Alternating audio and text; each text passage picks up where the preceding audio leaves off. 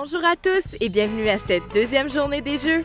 Aujourd'hui, on est à Poste Canada pour le lancement de la muraille Cheer et on fait un saut à la ville vivante Yaletown.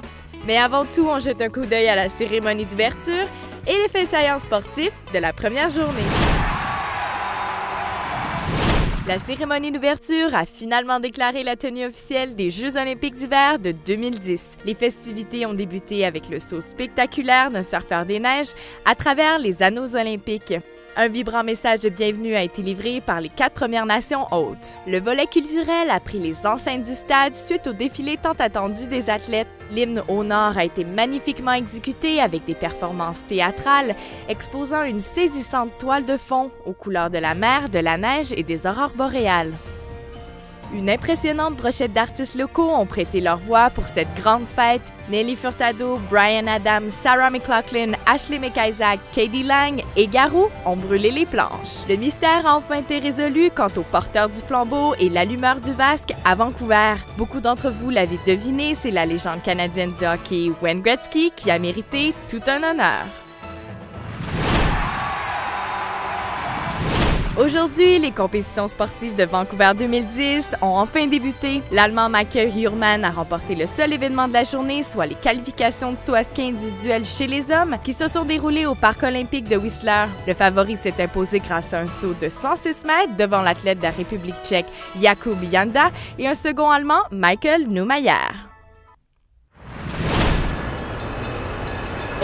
On se trouve présentement en plein cœur d'une grande célébration marquant le point culminant de la campagne pan-canadienne Cheer. Les Canadiens et Canadiennes sont invités à démontrer leur support aux athlètes olympiques et paralympiques en inscrivant un message d'encouragement sur une carte postale, à même les boîtes de céréales Cheerios.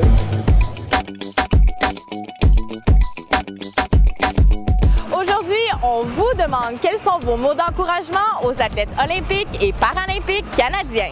J'envoie tous mes vœux aux athlètes, notamment aux athlètes français et à la canadienne Dominique Vallée en snow. Bon, tous les athlètes français, tous les athlètes canadiens, puis tous les athlètes du monde, bonne chance. Ville vivante Yaletown vibrera au rythme du divertissement interactif et ce pour toute la période des Jeux. Des écrans géants montreront les points culminants des compétitions sportives et les visiteurs pourront profiter des pavillons de commanditaires olympiques. C'est un rendez-vous pour déguster cette dose quotidienne d'énergie. Première journée des Jeux, Carson, comment on se sent? Je ne peux pas, il n'y a pas de mots pour quelque chose comme ça.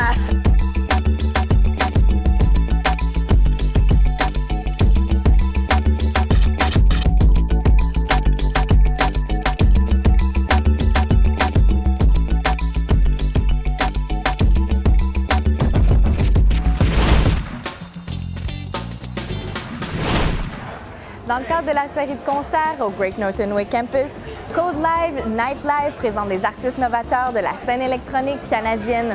Ne manquez surtout pas ce soir Jamming the Networks, une formule reliant Montréal et Vancouver pour une soirée de danse interactive.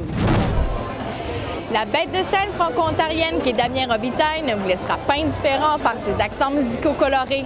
L'auteur-compositeur-interprète livre son mélange de funk, soul et rock. C'est ce soir à la Place de la Francophonie. C'est ce qui conclut cette deuxième journée. Merci d'avoir été des nôtres. Profitez bien de votre expérience des Jeux de 2010.